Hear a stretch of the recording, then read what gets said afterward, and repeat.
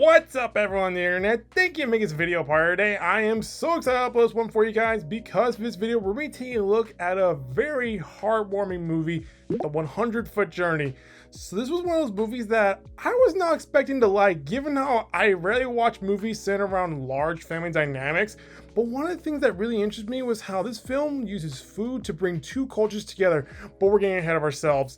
So this movie came out back in 2014. One of the things that took me by surprise was how this movie has a very strong opening as you see this family flee from India in search of a better home before ending up in France. And I love how even though the movie is centered around the oldest son, the entire story revolves around this immigrant family who have opened a restaurant in front of an already established French restaurant, which is where tone suddenly shifts gears as what first started off as a drama almost has sudden bits of comedy as we see this family, more specifically the dad, wage a friendly war against this French restaurant, who is led by Helen Mirren, who I was first introduced because of the Fast and Furious saga.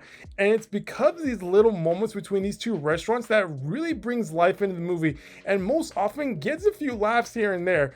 But going back to our main character, throughout the movie, we watch this eldest son expand his view on cooking, given how moving to a new country provides more opportunity to learn new cultures. And as we progress through the movie, we watch his cooking skills get better and better before ultimately earning respect of Helen Mirren's character and gaining more popularity.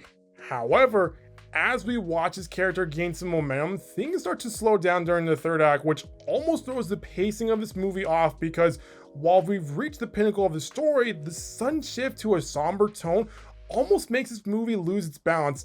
But going back to what I said at the beginning of the video, what really makes this movie stand out is when you see these two different cultures come together because of food.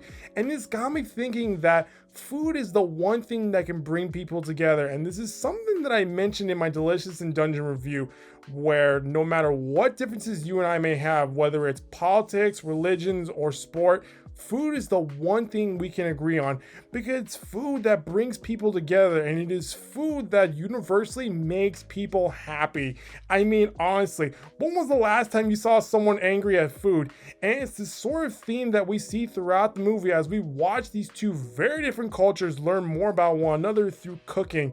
Sure, these two groups of peoples don't start off as the best of friends, but as we watch them taste each other's best dishes, you can see the wonder in their eyes when they discover a completely different palette of flavors they didn't even know existed. So overall, I genuinely had a really good time with this movie as it doesn't dive too deep into the dramatic side, while at the same time, it doesn't get too kooky with the humor that we mainly get from this large family, allowing this movie to have the perfect balance between emotional and comedic moments.